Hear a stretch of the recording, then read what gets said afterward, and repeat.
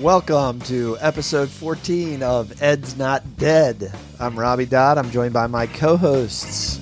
Who goes first tonight? I'll just let you guys decide. I'll go. I'm right here, man. Peter Crable here, checking in. Casey Siddons, CH Siddons, at, was the echo before? At CH Siddons, at Peter Crable, and at RW Dodd, and most importantly, at Ed's Not Dead PC. Welcome back, boys. It's good to see you. It's good to be seen. Thank you. We got great feedback on episode 13 with our friend Rick Wormley, who talked about standards-based grading and differentiation. There were some semi-spicy exchanges. I don't think Not with us. No, but Rick had one this past week. Yeah. With some trolls, with the only mean Canadian educator trolls in the world, right? He found the only mean and disrespectful Canadians ever. And I have to tell you that when I saw that back and forth, I am tempted to call out the mean Canadian trolls on the show. I thought about it. Can we do that? Yeah, we're going to do it before. Well, one of the guys started following me, so I'm a little afraid that I'm going to start getting trolled, and I'm very close to blocking But him. how didn't you get mad when they were talking about how direct instruction is the most effective way to meet all kids' needs? Can you believe that I had self-control You to didn't not even- respond? you didn't even weigh in. I replied to several tweets, but then deleted them. I didn't send it. Yeah, so you must have been like a meeting or something. I just didn't. You know what? I didn't want to. I didn't want to continue to be a part of the negativity that's already on Twitter, Right. and I just didn't want to be a part of it. I want to be on there for positive reasons and to try to further the conversation, not to get bogged down into the negativity. Yeah. Well, It's easy to be mean and to throw out bombs and the proverbial bombs, but our friend of the show, Rick Wormley, handled it very well. he did. Yeah. He got to the point where he did refer to them as smarmy. Smart. That was good. I like that. I think that made them mad. I think so. Yeah. Anyway, so episode 13 was a big hit. We've got lots of downloads, right, Mr. Krabs? We Yeah, know man. you followed the downloads. I finally got the password, and so that was always the danger. I was like, Casey, don't give me the password because I'm going to check obsessively. Do you want to give us an Ed's Not Dead website update? Yeah. I mean, go there and check it out. It's I don't know, 90% of the way done, and we're going to be adding some updates. Anybody who wants to look at it, we've had I think a couple hundred views so far, so that's pretty cool. But if they have any suggestions about ways to optimize improving it, but yeah, it's coming along, and we're going to be looking at it more this week, and I got some updates to show you guys after the show. That's very exciting. Great. Very good. Okay, so on today's episode, we have a big show, as we always do. Aren't you gonna talk about feedback? Yeah, we are, but sorry. I'm going to tell the audience what You're we're in charge. going to be talking about. Okay, go right? ahead. Frame it. We're going to have a little discussion about school safety and security in light of the tragic events at Marjory Stoneman Douglas High on Valentine's Day in February. That was for all educators for the whole country. It has been not only a tragic event, but has now been the impetus for a lot of discussion about school safety and security and even larger issues like the Second Amendment, gun control. And so we're going to start to wade into that. I think in future episodes, right? We're going to get a little bit more into it. But we're going to delve into our initial thoughts about it tonight. Yeah, I mean, this issue's not going away, so hopefully as it continues and there's marches and rallies and walkouts, we can continue to come back to it and talk about progress that's being made. Yep. And we'd like to get some kids on the show. Yeah. To hear what they have to say, because obviously they've been the most affected by these events. And they're the ones that are keeping the message. Better than the adults. Yep. Yeah, adults aren't so great with being consistent. Once kids figure out something they want, they don't tend to give up, right? This is true. Yeah. We as parents, except for you, Mr. Sids, we know that. Yeah. And also we are going to talk about the Janus versus AFSCME court decision that's coming up with the Supreme Court, which is basically about First Amendment speech and public sector unions, which will have huge implications for our profession, education, potentially. So we want to get into that. But first, show feedback. Feedback. Dun, dun, dun, dun, dun, dun. Feedback. Let's do some feedback. Okay. Okay, that was totally. What? You Sit back didn't like the you you didn't like the song? You need to edit that. He's No, embarrassed. He's keep it in. embarrassed. Look Keep at it in. his face turned red. No, it's not. Okay. All right. Go ahead. Oh, you I want was me going to to start? start. No, I was going to start. Yeah. Friend of the show, Jack Shatama on Facebook. That was a nice post. That was a very nice post. Totally unsolicited. Read it for us. He was my brother's best friend growing up. Was he really? Yeah. He's a great guy, and he obviously likes Ed's Not Dead. Yeah. You're lying, Mr. Crable. I was going to say, you don't even know him. I'm my wheels are turning very slow because I'm like, I don't think that's He's a liar. accurate. I stole Robbie's line. He's a liar. He's as smart as your brother, unlike you. Just kidding. Jeez. Okay, so Jack wrote, to all my educator friends, this podcast is witty, entertaining, but most of all shares varying and insightful opinions on how we can get the best out of our educational efforts for our children. I think that's a nice summary of what we're about. I should also say that one of the hosts is my good friend, Robert Dodd. So, yeah, he's a little bit biased. So spread the word to those who may benefit. So thanks to Jack for Very nice. spreading the Ed's Not Dead word. Mr. Sids, what do you got? I got a text from an old friend of ours, whom you may know. His name is Peter Didone, Oh, nice. principal of Urbana Middle School. P. Diddy. P. Dids. Yeah. Yeah. And he said, we were chatting back and forth, and he really liked the Rick Wormley show, and he texted me, and he said, and I actually want to get your thoughts on it. He said, bottom line is a school system has to have or build a perpetual cultural mindset that allows open dialogue to change something as substantive as grading and reporting. Okay, I don't know what that means. I like it. The other part of it, you don't know what that means. Do you want me to repeat it? Do you want me to send it to you? It just reminds me of sitting in meetings with Peter where I didn't totally know what he was talking about. Anyway, go ahead. The other part of it, he said that in terms of grading, you need the very top of leadership to the school-based leader to embrace the patience and a long-term process to impact that kind of change, that kind of cultural shift. It takes time. It does. When I think the first quote is really saying that you should always be asking yourself, is what we're doing working?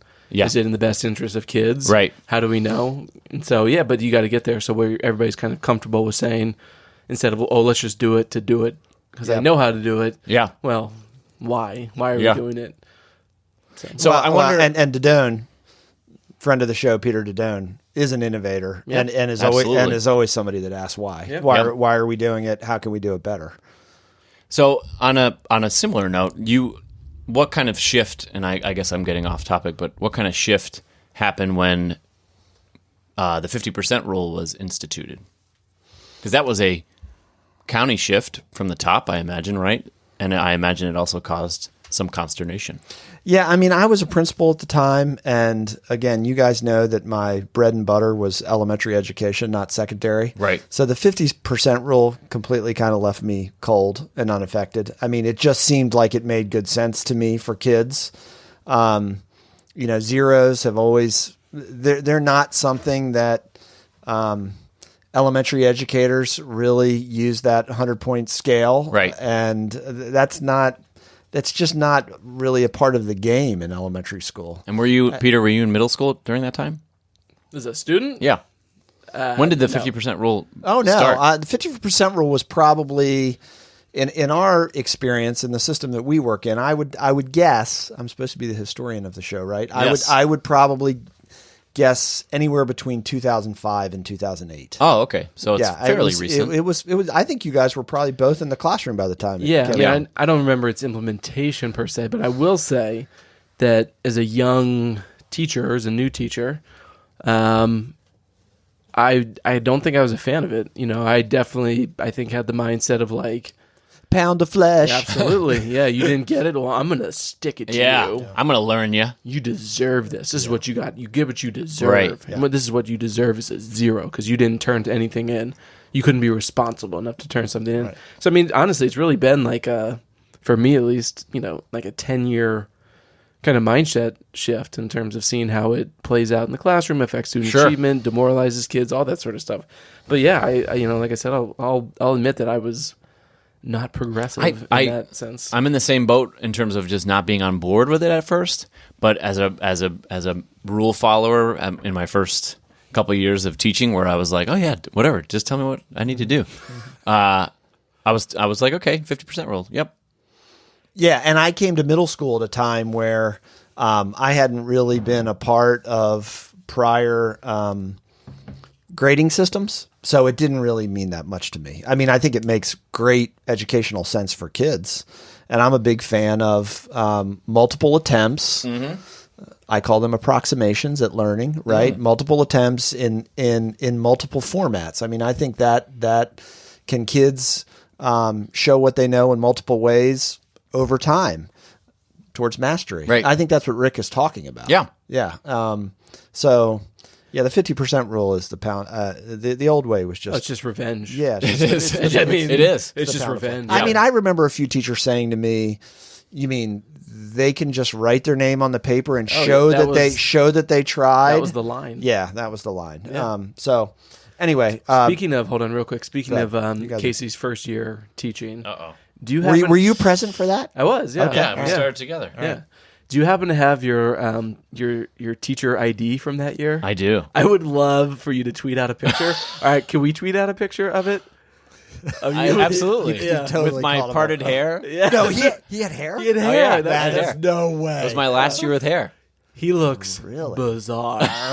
I bet you I have it saved on my computer. We have to tweet that out. Yeah. Okay, Mr. Sids, you have to share that. I'm going to look for it right now. All right, first year teacher pick. All right. Any other feedback from the show on the show? Yes, I did, but I'm not going to be able to find it in time. Okay, Sorry. that's lame. That's lame. Any feedback from you, Mr. Craze? We never ask you Because nobody ever gives me any feedback. you never interact with anyone. Come on, nothing. Nothing. No. Oh. Does your wife have anything to say about episode 13? She doesn't really listen. Okay. So, yeah. All right. Okay. Friend of the show, Kaz, and friend of the show, Maria Davis, math teacher. Kaz tweeted out, zeros don't teach responsibility any more than corporal punishment did. Anyone who uses grades to punish student needs to reflect on the main purpose of grades, student feedback, and growth. Giving a zero is like kicking a kid off the basketball team for missing a free throw. And then Maria replied, and she said, agreed. The question I struggle with, what do you do when a student doesn't turn in a graded assignment, like an exit card or project? Don't want to excuse it, which would show low expectations and not holding students accountable. So I usually put in a Z, which is said that the kid didn't hand it in until I get it from them, and then I'll hound them about it. And my reply was, what's the harm in just giving that child that didn't hand it in just going straight for 50%? Just giving them the 50%. Yeah, you get the 50%. They still failed. You tell the kids as a whole, my classroom practice, if you see a 50% in the grade book, that communicates to them that you haven't turned it in. Anything above that is fair game. Is that with the understanding though that they can get are they going to get another crack at it? Oh, absolutely. And lose points? That they can't get full credit? What if they... I wouldn't. If they turned it in late and then they do a bang-up job, they'd be able to get the same grade potentially as a kid that turned it in on time and did a bang-up job. I would say my See, own beliefs... I get a little conservative there. My own beliefs is you've shown competency. You've submitted in late. As adults, people hand in things late all the time. Yeah, but when I went to the admissions place and I was late the other day, I had to pay a $15 late fee. What is this? There was a charge for being late, right? I mean, there's a consequence in being late. Sometimes, Robbie, learning doesn't happen on a timeline. Okay, whatever. I just think Who cares I think if whether you they turn it in today or next week? Okay, that's just fine. do it. Did you show competency? Did you correctly do what you're supposed to do? Yeah. Okay, but I just think that Grades reflect learning. Okay. Rick Wormley taught us this last week. but Have you forgotten already? But we do have teachers that think very strategically about due dates and deadlines, right? They tell their kids that. Yeah. And they want to hold their kids accountable for that. So, I mean, I don't know. If you go into it with an understanding that if you turn it in late, you'll still get a 50%. And then if you do it, you're still going to lose some points because you didn't do it on time. So then grades don't reflect learning. We should do that with teachers and their timesheets. If they don't hand it in on time, they get their pay docked. Do grades just reflect academic learning, or do they reflect habits of mind? They don't reflect work study skills at all? No. But the 50% rule reflects effort, right? No, the 50% rule changes the grading scale from a 10-point scale to a 5-point scale. So it takes out the 6 out of 10 ways to fail and makes it so there's only 4 ways. But five ways. But what do you have to get a 50%? What do you have to do? as opposed to a 0. Well, Because you can still get a 0. Right. So here's what I would say. Hold on. Answer my question. Sorry. What's the difference between a kid that gets a 0 and a kid that gets a 50%? I don't know. Can a kid just put their name on the paper and look like they tried and get a 50%? No. I think that goes to a different cultural shift in one's classroom. I'm just playing devil's I know. advocate. Yeah, no, I- and that's and you're my bringing point- up a legitimate point in terms of, first of all, if I handed it in on time, I put in a really good amount of effort to make sure I got it in on time. But then, clown in the back, hands it in late, gets the same grade. I can understand why that would make certain groups in the class upset. I'm not worried about those groups, really. I don't care what anybody else thinks. I'm saying it's a legitimate point. I'm worried about, we've talked a lot about, and I think you make a great point, Peter, that the grade just reflects learning. But I also think those non-cognitive skills, the effort, the organization, the managing your time, we know that those are important to kids' academic success.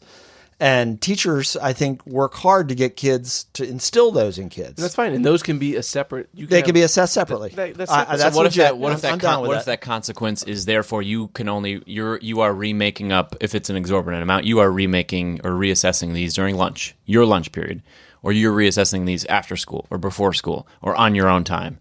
I'm going to let you do that, but it's not going to be during my class So time. the mantra I've kind of come to think of is like, if it's important enough for you to sign it as a teacher, it should be important enough for you to make kids do. It's important enough for kids to complete it regardless. So that you need to follow through and make sure that they're completing it, whether it's today, whether it's 3 days, 5 days. Chase them down, do whatever you have to do. Yeah. And on a secondary point, interestingly enough, talking about, as you just said, soft skills. So Doug Lemov, who is Teach like a champion. He just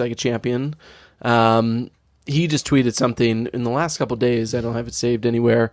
An article talking about how schools that overly focus on soft skills is actually like a lowering of expectations for the kids, and that they end up not doing as well as schools that, in addition to those soft skills, also focus on the sort of like hard, concrete academic skills.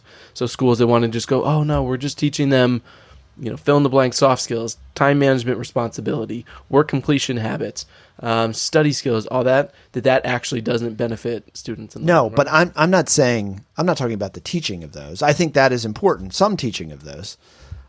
I'm talking about what Doug's talking about, which is holding them accountable for those. Yeah. Right? I mean, he's saying that, I guess he's saying, though, that those academic skills are equally, if not more important. Yes. Okay.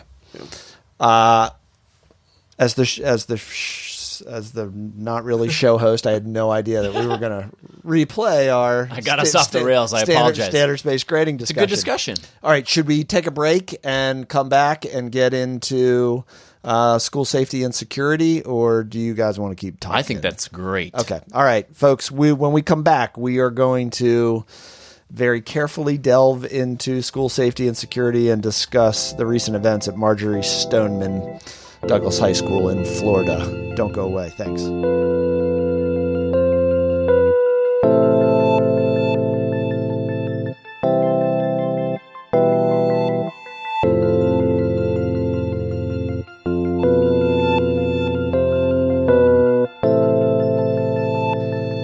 Welcome back to episode 14 of Ed's Not Dead. I'm Robbie Dodd.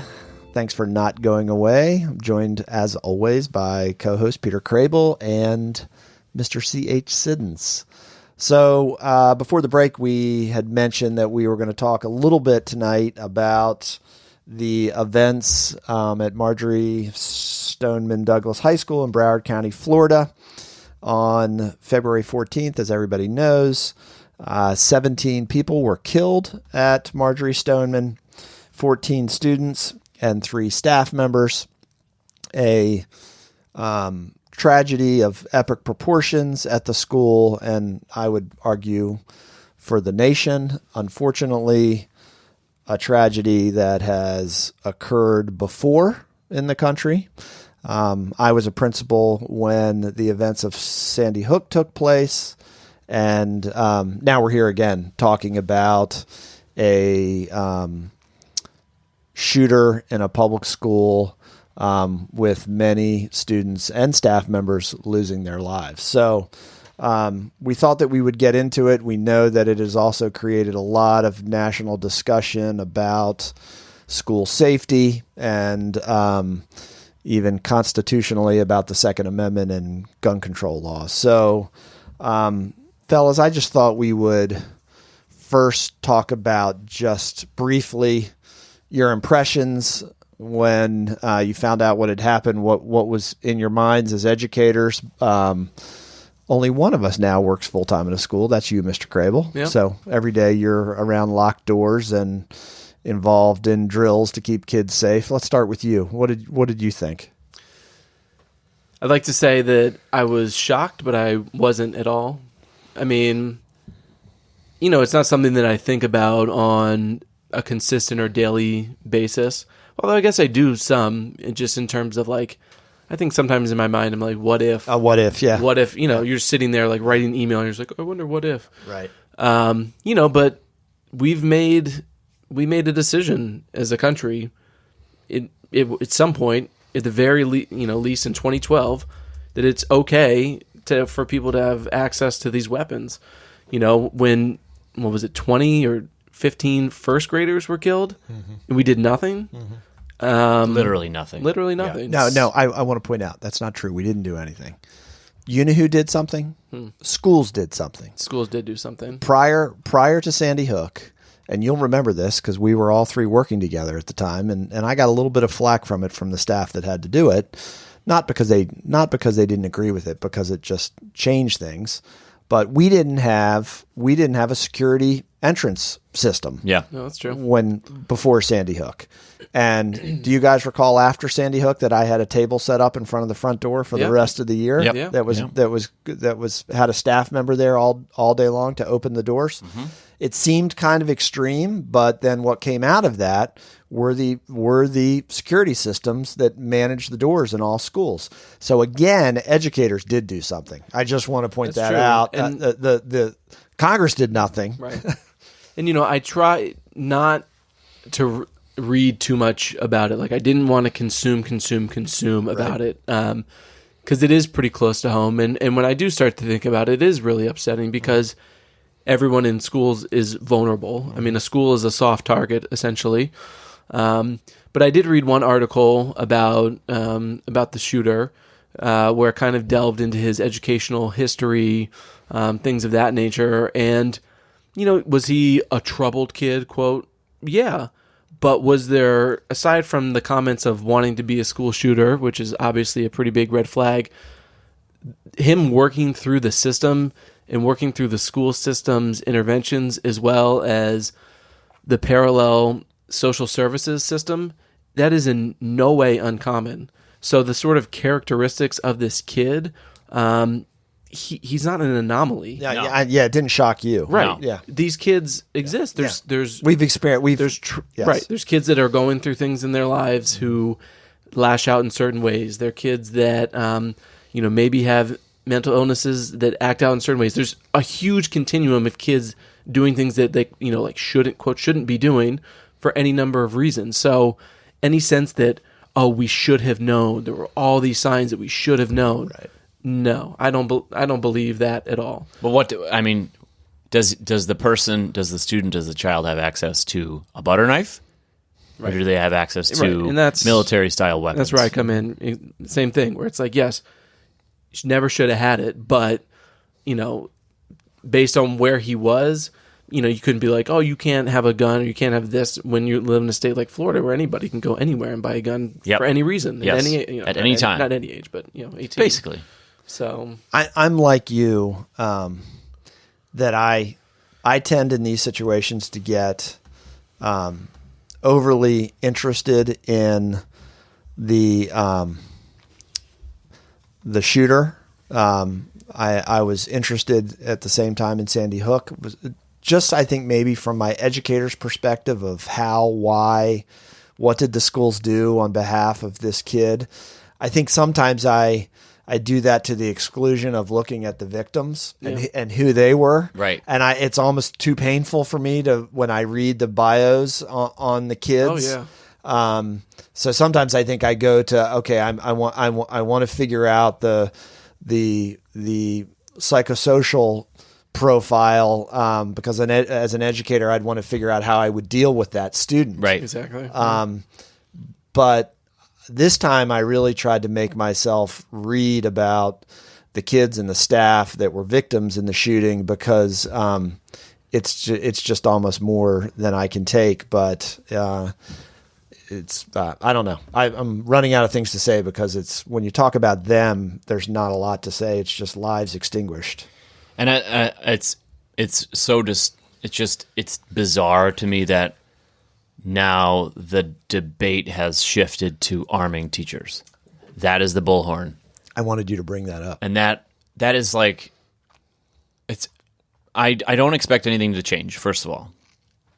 I have such low expectations that anything substantial is going to change. I do think things are going to change. I have such low expectations, first of all. Second of all, the fact that it's one thing that things are not going to change, but it's another thing that the main argument from our moron president is that we should arm teachers. And it's just beyond the pale to be like, that's how you're going to solve it. That's really, that's such a low ball. It's just disgusting. If we arm teachers, which will never happen in Maryland, by the way. No. But won't happen in most states. Right. Yeah. I would be done. Yeah. I'm done. As an educator? I need to have a gun. Yeah. I need to go into a workplace where Right. people bring firearms Right. Yeah. to protect themselves. Yeah. No chance. And mind you, this kind of stuff happens in no other country. No other country at all. Well, mass shootings do. Mass shootings, yeah, in Yes. Syria. No. I'm being facetious, but what I'm saying is like, I mean, there have been some mass shootings on soft targets in Europe. yes, and you know what they do after that? They make changes to make it less possible for that kind of stuff to happen. Well, to bring it back to us, though, I do agree that, this lowest common denominator arming teachers thing is just it's a joke in my mind, and I don't think. I think there's been pretty decent bipartisan response that that's not going to work. Before we go to our next segment, I will say that I am encouraged by the students at Marjory Stoneman Douglas High School and the the movement that they have begun. And we talked about that, you and I. Why is this different than Columbine? Columbine had happened in a high school, the first major high school shooting, major one. Social media. Social media. Yeah. And you have a contingent of kids who are not letting it go away. No. It's amazing. No. It's great for them. I just hope that they can keep up the momentum, but I have very low expectations. Yeah. I think that they are going to keep up the momentum, and I don't think that the country seems like I feel like it's different. I don't think the country wants to have another one of these. You hear a lot of discussion about how can we keep the nation from having another one of these events. Maybe I don't want to give him any cover at all, but maybe having ridiculous proposals like arming teachers is a part of this discussion that we have to have. Right. Because it's going to be messy to try to figure out what to do to keep schools safe. Right. And there are going to be ridiculous ideas about how to do it. I'm also very encouraged by the private sector and the way that they have come out in distancing themselves from certain groups that would like to continue to be able to get AR-15s in the hands of 18-year-olds. Right. And taking it upon themselves to put their own regulations in place. Correct. That affect morality or in response to situations as opposed to just the bottom line. So Yeah. All right. Well, we in episode 15 are going to come back and talk more about this. I don't know about you boys, but I'd like to get the student perspective on Ed's Not Dead, both locally and maybe even some kids nationally who are going to be leaders of this movement. Absolutely. I think the benefit here is that now we as educators are not just trying to keep kids safe. Kids are saying to us and to the nation, you have to keep us safe. Yeah. And that's never happened before. Yeah.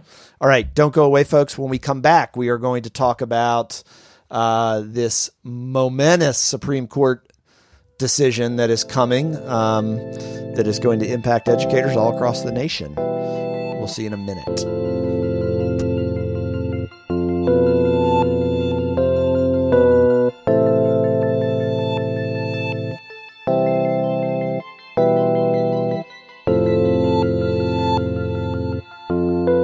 All right, welcome back, folks.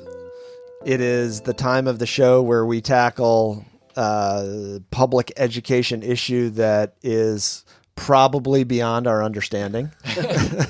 And I think this is constitutional law. It's not that bad. Well, we had to sit here and Crable's probably the closest thing to an attorney that we have on the show. I agree. Don't you think? I did take a constitutional law class in college. Did you? Yes. And you are IB educated. as opposed to me and Mr. Siddons that were in the general classes. We took the general track. I took a school law course once. You did? I did. Yeah, that was... You're qualified. It was good. I liked it. That was the weak sauce master school law class. I know, but I left there and I was like, I kind of want to do school law. I don't know what that would entail, but I want to do that. Fascinating. It is. All right. So, Mr. Krebs. Why is this important? Why is this important? So, a brief synopsis of the case. So, we have Mark Janus, who was a public employee and part of a union in Illinois, and he did not want to pay his mandatory union fees. Illinois is a state that requires all employees who work in a job with unions that they must pay their fair share dues. So, this is basically so that it's called a free rider, so that if you don't belong to a union and you don't pay any union dues, that you don't get all the benefits of said union. So the only thing that he doesn't have to pay is a portion of his dues that the union has set aside that go towards political activities. So Janus has argued that those required dues are a violation of his First Amendment free speech rights, because the union engages in speech and causes that he disagrees with, and this is called compelled speech. Right. So he's saying the union is compelling the speech based on what they're saying, and he has to pay into it. Unions... And that all speech is inherently political, really. Correct. Right? And that... Yeah. So unions do not want this case because several reasons, 4 reasons. So one, they think that it would bring about their demise. There's some talk of somewhere upwards of 10 million union members all of a sudden would be thrown into flux as a result of this when you take away dues-paying members potentially. It would take away worker protection, specifically as it relates to minorities and women. So this is where civil rights groups are very concerned, because unions do protect minorities and women, right, and other potentially exploitable workers. They say there's no First Amendment right to be free from compelled subsidies. So the whole argument about free speech and compelled speech and all that is just nonsense.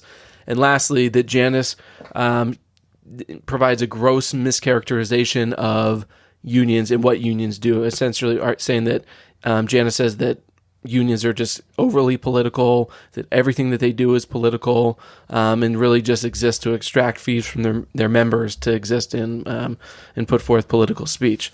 So the question is, let's say, and we don't know, and we're not going to know probably for a couple months whether how this speech is going to come out, but based on the oral arguments that we heard the other day, it certainly seems that the justices are potentially amenable to favoring Janus, right, ruling in favor of Janus. So is that a big deal?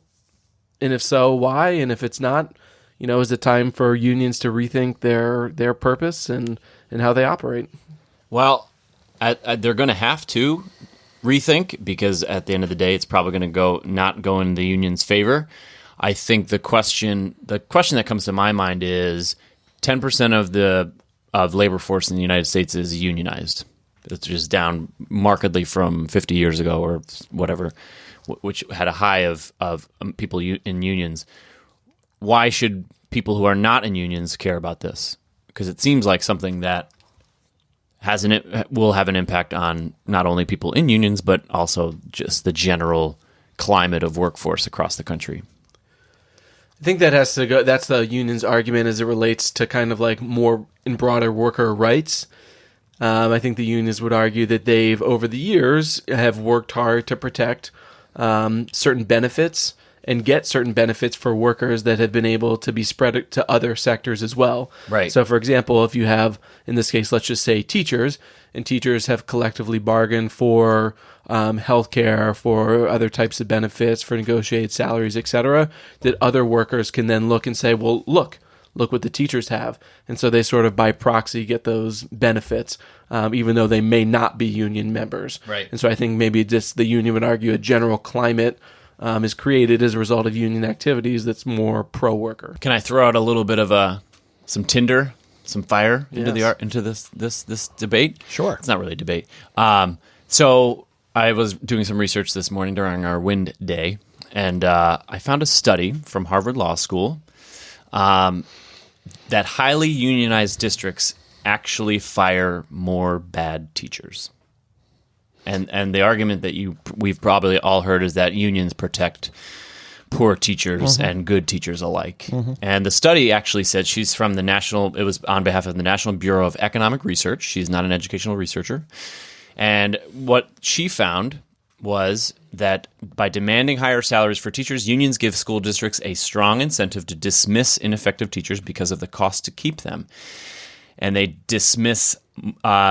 unionized districts dismiss more low-quality teachers than those with weak or no unions.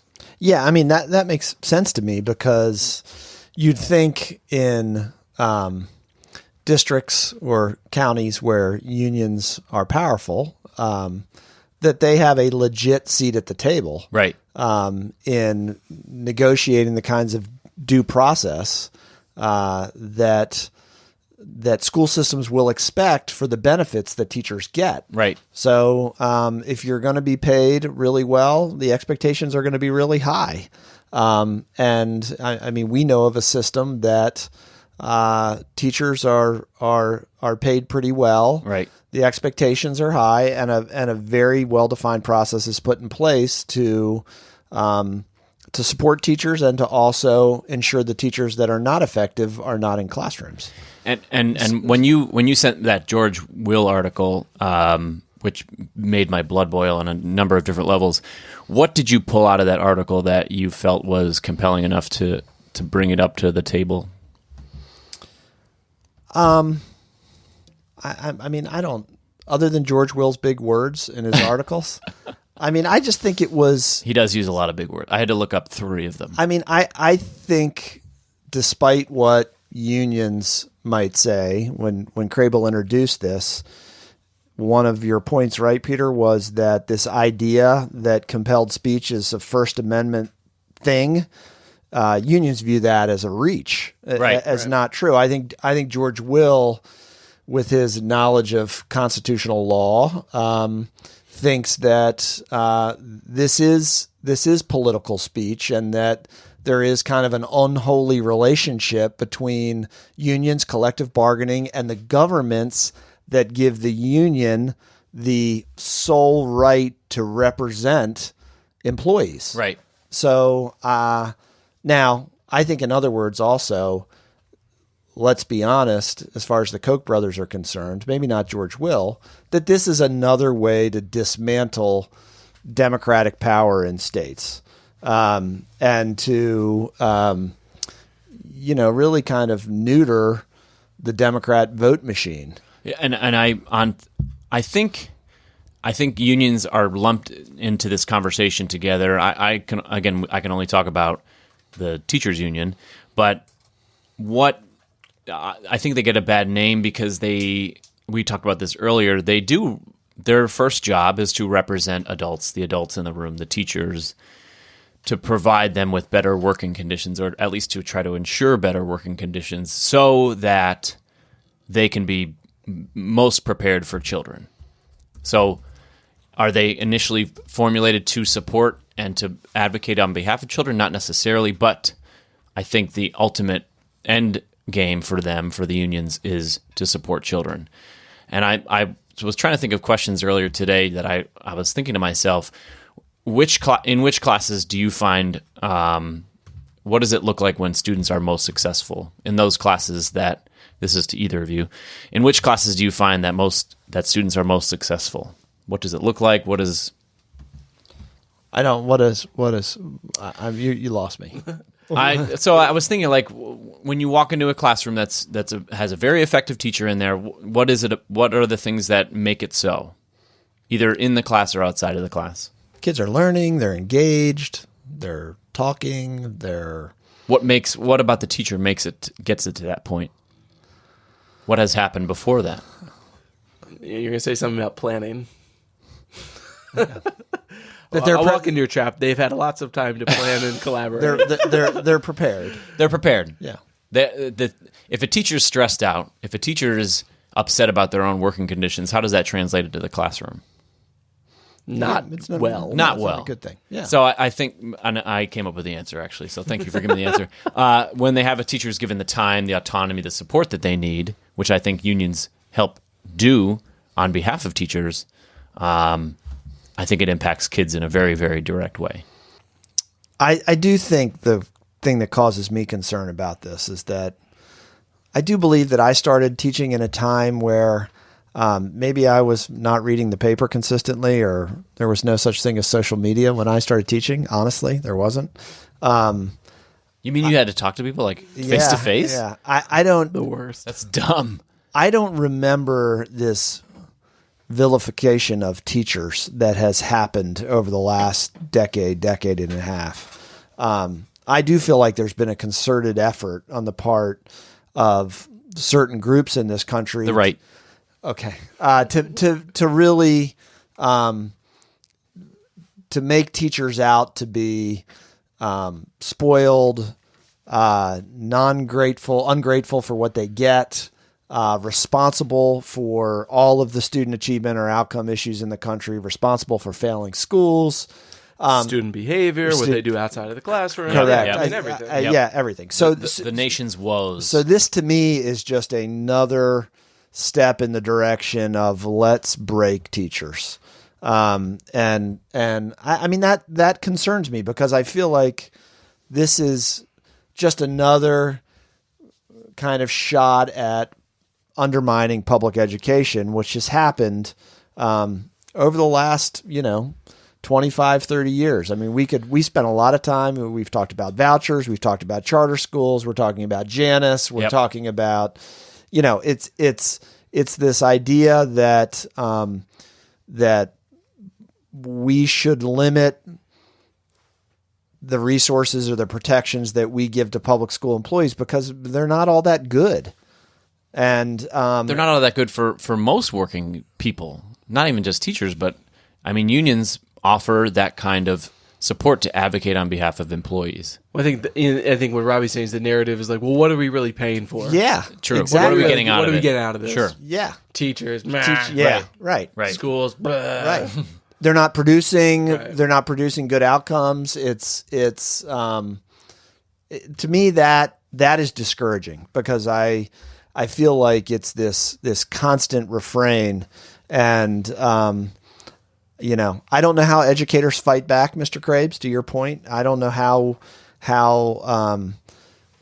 we show that unions, beyond what you said, help teachers be prepared, make sure teachers can raise families and have a livelihood, right, and have due process and protections. But maybe there does needs to be some rethinking of how unions represent employees. From a broader perspective, too, I mean, unions, you can argue, are responsible for creating the robust middle class that has, by and large, helped a lot of people move out of the throngs of poverty over the years. Yeah. It's not as strong anymore, but the federal workforce also. I mean, right. You're right. Public employees, but you got to remember that drives market-oriented people crazy. Yes, it does. That public sector employees are given the protections and the salaries that it all comes down to taxpayer money. Right. And there are people out there, we've had this discussion, people in your hometown of Pennsylvania that don't want to pay taxes. That's right. And listen, this union issue is directly tied into taxes as well. It is. So these are all just left versus right kinds of issues. All right. When we come back, by the way, Mr. Crable, great constitutional law description Very of the good. case. Very nice. We did not mention any public law numbers, though. Public Law 94-142, because that's the only one I know. Wow. All right. When we come back, we are going to basically just talk about our lives. Don't go away. I like that.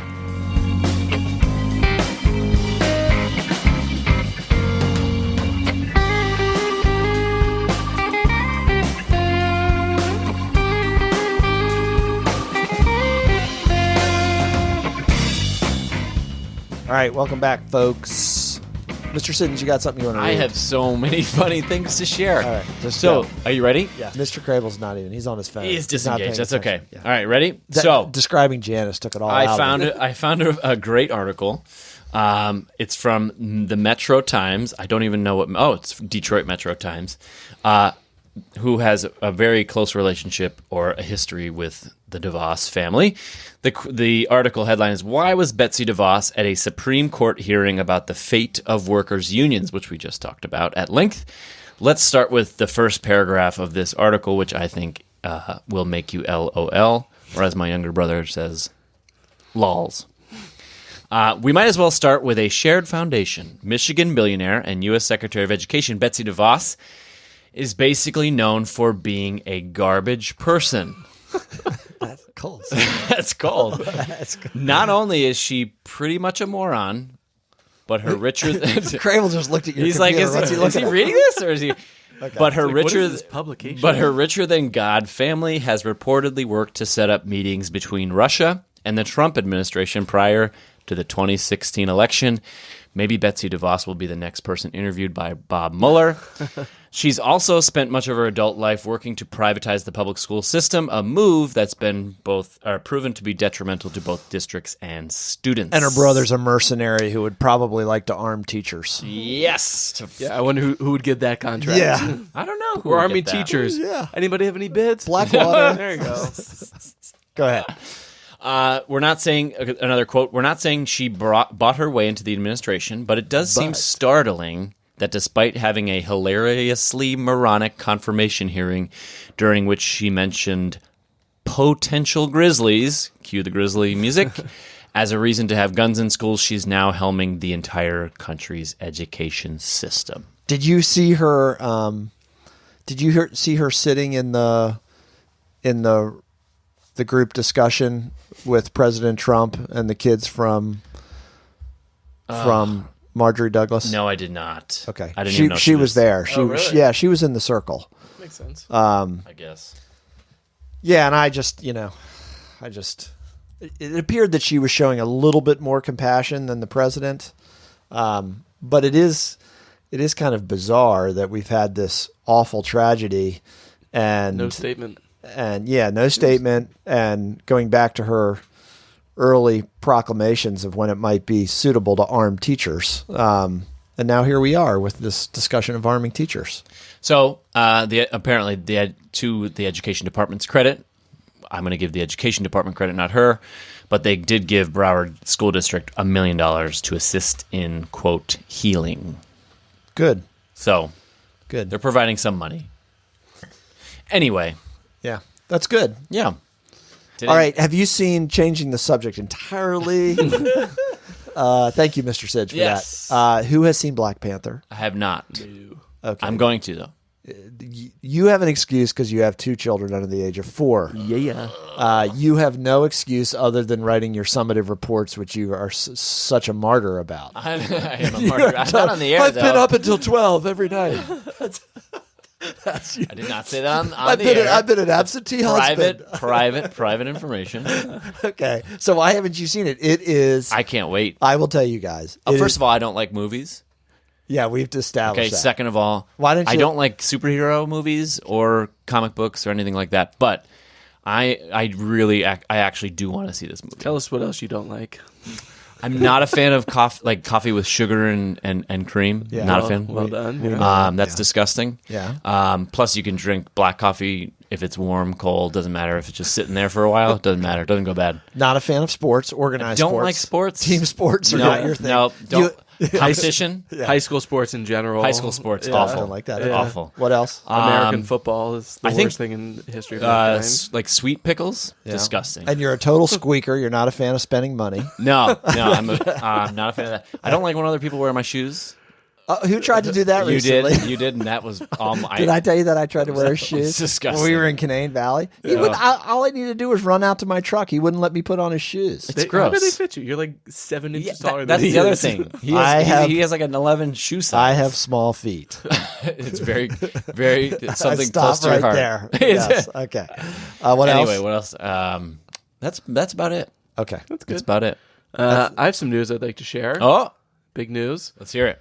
So my band, Yeah. we're called Soul Witness. That's right. Okay, so one, we now actually have a website, so you don't have to make fun of So you've got 2 websites. Bandcamp. Man. Yeah. So it's soulwitness.net. Very nice. .com somebody already took just to sell to the highest bidder, which was annoying. Anyway, so we're playing at the Brookville Beer Farm on April 20th. Very good. It's a marathon 3-hour set. Whoa.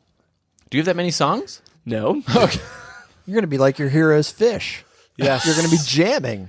So I think we're gonna we have a lot of songs. So we're gonna do like 20 instrumentals. Wow.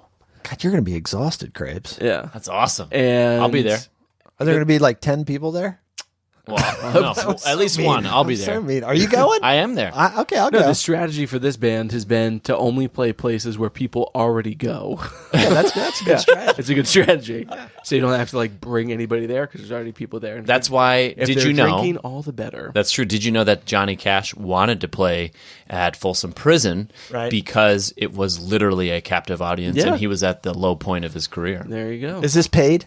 Yes, it is paid. Very nice. Free food and drinks as well. Very Wow. Yeah. What's So, the date? What's the date for our listeners? April 20th. Okay. I believe from 6 to 9. All right. So we're also going to bring on a singer for a set. We're going to play 3 sets. Wow. Yeah. For somewhere between like 8 and 10 songs. Out in beautiful Brookville. Yeah. It's going to be awesome. That'll be fun. Yeah. It's a great place. So money's a little tight in the Dodd family. Tell us about your financial so woes. we were thinking about spring break. We haven't told the kids. Maybe just throwing them in the van and just driving down to Florida and getting a place maybe in Clearwater or somewhere and just staying for Sweet. 5 days or would you just go all in and like drive down to Marathon Key and do it? No. No. Florida you get to is an insanely Yeah. long state. Once you get to Clearwater, you're going to be like, wow, I can't believe I drove for 20 hours to get here. Once you get to like Georgia, you're going to be like, I'm done. We're gonna stop. We'll break it up. Into multiple days. Yeah, I think so. I'm going to be in Florida for spring break. Oh, you are. You're flying though because you have money. I'll be in the on the Emerald Isle. So answer me. What do you think? Yeah. If you were to do what we're going to do, which is drive, where would you go? East Coast, Fort Lauderdale. That's way. No, I'd go to the West Coast. Okay. The less explored West Coast. Okay. Beautiful to the, beaches. to the Gulf. Yeah. Yeah. A little bit more chill and like less built up. There's only a little oil on the sand. Yeah, only a little bit. You're a water connoisseur. You like the ocean. I do. Is do. the Gulf nice to swim in, and will the kids like it? Yeah. Okay. Yeah. All right. I've never swam like on the Gulf side of Florida. Like, well, I guess I have up by Pensacola in the Panhandle, but I haven't gone all in the the way. Redneck Riviera. Here